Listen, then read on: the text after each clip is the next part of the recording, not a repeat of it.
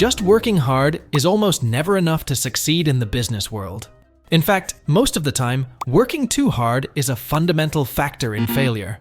Of course, in this video, I won't be able to tell you how to achieve success. I won't give you tips that will turn you into a superstar of the business world.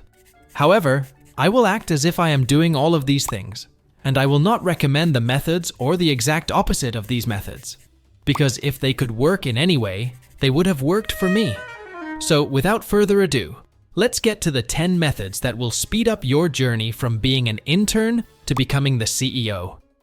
These methods are valid if you are working in any job. If you are unemployed, these methods will not work for you too. I will share the tips for finding a job and the rules for dealing with unemployment in another video. Acting like you're working hard. Can we say this is the first and most important method? I'm not so sure. It's the first method, but whether it's the most important is definitely debatable. Therefore, at least for now, it seems more accurate to say it's just the first method. Anyway, looking like you're working has become an essential part of today's business world. So, it's safe to assume that almost everyone who has ever been employed and paid income tax has learned this. However, pretending to work will only allow you to maintain the position you have. Sometimes you may not even be able to do that. So, just like in every aspect of life, you should make more effort to have more things. By doing this, you can achieve more things for others as well. The graph on the screen right now has been completely fabricated by me. Therefore, it does not contain any reliable data. As can be seen from this highly unreliable graph, while making more effort in the business world reduces your income by 2.1%, it increases the income of your managers by 37.3% and the income of your employer by 57.2%. And the expenses you make with this income increase the annual earnings of the organizations you spend on by 74%.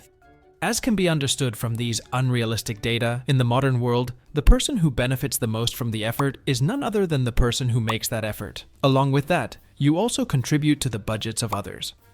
So, how do we go beyond just looking like we're working and actually make it seem like we're working hard? First, the focus should be on increasing the noise. No matter what job you do, increasing the noise from the equipment you use during work will make those around you think that you are working harder and putting in more effort than them. You must reach their subconscious. They shouldn't think you're a hard worker. They should know you're a hard worker. However, this is not a process that happens quickly. It always takes time. So, it's a process that requires consistency. You must be patient. Remember, good plans take time. According to a research organization that never existed and did not conduct research on thousands of workers from various sectors, increasing the noise from the equipment by 3 decibels during work makes 142% of the people around you think you work 7.4 times more than others, and also 75% of them think you work 1.4 times more than themselves. In addition, the same research organization suggests that increasing the average equipment noise by more than 5 decibels reduces the service life of the equipment by 3 times and makes your colleagues think you are crazy. So, don't get too carried away when pressing the keyboard keys. Make sure you keep the situation under control. Another step you can take to make it seem like you're working hard is to constantly tell everyone around you how busy you are. This method is very effective, and when you get a promotion or a raise, it will legitimize your position.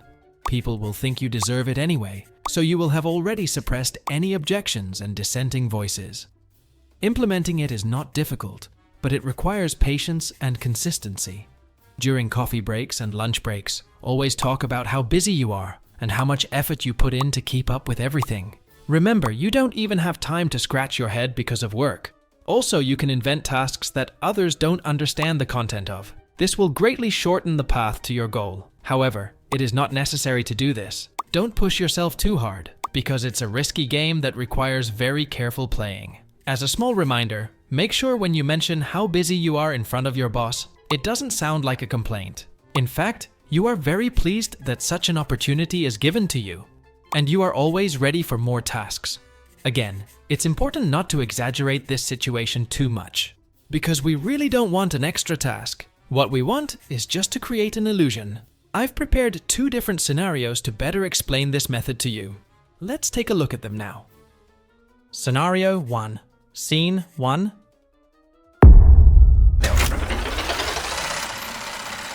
Indoors, office, everyone is working hard. But the boss is not at his desk. He is presumably playing mobile games on his phone in the restroom. During this time, the ordinary employee says, "Hello, Mr. Hardworking." Fake Hardworking replies, "Hello, Mr. Average Employee," pretending to be Mr. Hardworking. The ordinary employee asks, "How about taking a short coffee break?" Fake Hardworking replies, "I have a lot of work to do, but why not? Taking a break won't hurt anyone." Scene 2, 5 minutes later. Outside, somewhere around the office. After taking a sip of coffee, the ordinary employee asks, "Did you watch the news last night?" Fake Hardworking replies, "Unfortunately not. I don't have time to watch the news. I worked until 2 in the morning last night," with all his insincerity. Scenario 2. Scene 1. Indoors. Office. Everyone is working hard. But this time, the boss is at his desk. However, he is still playing mobile games on his phone. During this time, the ordinary employee says, "Hello, Mr. Hardworking." Fake Hardworking replies, "Hello, Mr. Average Employee," pretending to be Mr. Hardworking.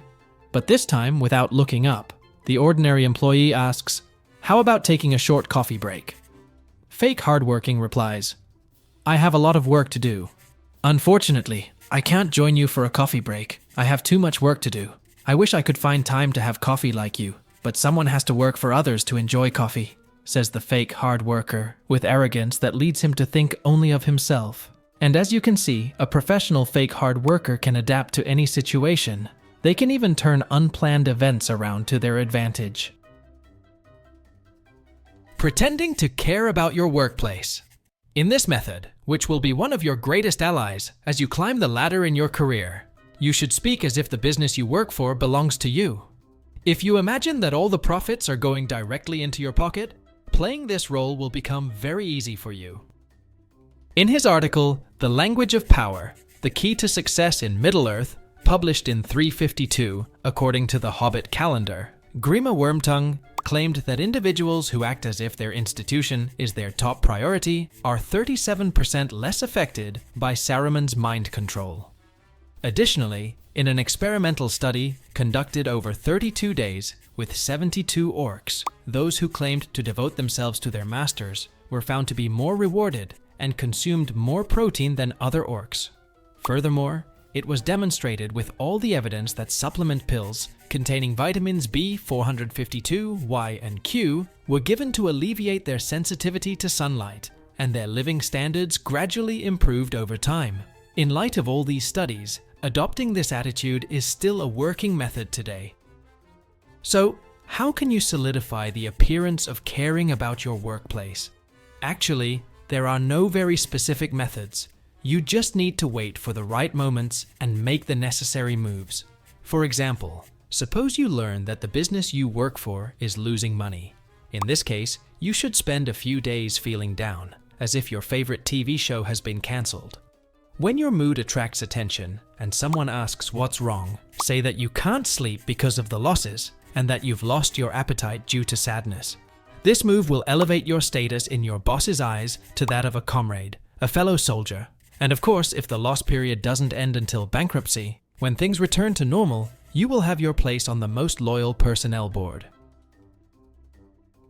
In another example, cancelled or missed customers are bad for your workplace, but golden opportunities for you. In such situations, you should adopt a sad demeanor again. However, this time, in addition to sadness and unhappiness, you should also appear thoughtful. You should act as if your television remote control is broken and this situation has greatly upset you, and you are looking for a temporary solution until you can get a new one. According to my theory put forward in my book, The Employee with 1,000 Faces, published in 2012, workers who develop acting skills retire 5 times faster than their competitors. There is only one professional group that contradicts this extremely narrow focus study I didn't conduct on all job fields on Earth: acting. So, if you are really an actor or actress, trying to improve your acting skills would be a very wrong move for you. According to my research, which I did not conduct on hundreds of extras and dozens of actors and actresses, 99.8% of the actors who develop their acting skills from where they started their careers cannot find a place for themselves in another project, and only 1.2% can afford to pay their rent. Therefore, if you are an actor, it will be much more beneficial for you to develop your other skills. Uploading more photos to your social media accounts, trying to extend the time you spend in tight-fitting clothes, or engaging in activities that will increase your capacity to tolerate strange scenarios will have a better impact on your career. Being friendly with bosses and managers. The first characteristic an employer or manager looks for in a new managerial candidate is not intelligence, diligence, good interpersonal skills, effective teamwork, or different perspectives. The first characteristic they look for is the ability to dominate. The second characteristic that is immediately sought after is the ability to always and unconditionally obey their superiors. Due to these sought-after characteristics, you should always behave coldly towards your colleagues at work. This attitude will subconsciously make it clear to everyone that you are not one of them. And thus, when there is a need for someone to be promoted to a higher position, you will be the first name that comes to mind. Of course, unless your boss has an unemployed nephew, one or more lovers, or a child of a friend that he doesn't like, but can't refuse for various reasons. If there is such a person, there is no need to be sad, because you simply don't have any luck. So, how do you become friendly with the boss? Basically, there are some things you should do. These are as follows. Never ask for a raise. Do not demand overtime pay. Do not complain about working hours. Never be late to work. If possible, always arrive 1 hour early. Always leave a little late in the evenings. Ideally, you should always leave after the boss. By implementing these items, you can easily elevate your position in your boss's eyes, and thus, you can surpass your competitors. For those of you who are not satisfied with just this and always want more, flattery is always a useful method. As I have demonstrated in my book, Remembrance of Things Job, published in 2018 and becoming a worst seller, constant moderate flattery significantly increases success in the business world, despite causing iron deficiency in the body. Additionally, flattery increases unemployment by 2%, pollution by 23.1%, and mayonnaise consumption by 4.7%. My book is not currently available for sale in any bookstore or online store. However, I am proud to inform you that I have started working on it again and have received positive feedback from some publishing houses for reprinting. You will soon be able to have it for just a small fee of $400, and you will be able to join the caravan of those who achieve success in the business world. In this video, we have reviewed many life-saving tips together. And again, we have also created very strong arguments, and we have supported all of these with extremely scientific evidence. Finally, according to my article, Remains of the Comment, published in 1999, which ensured that I was not nominated for the Nobel Plastic Duck Award, it is very obvious that people who comment on the video, when the period of salary increase, receive 3 times less raise than those who do not comment.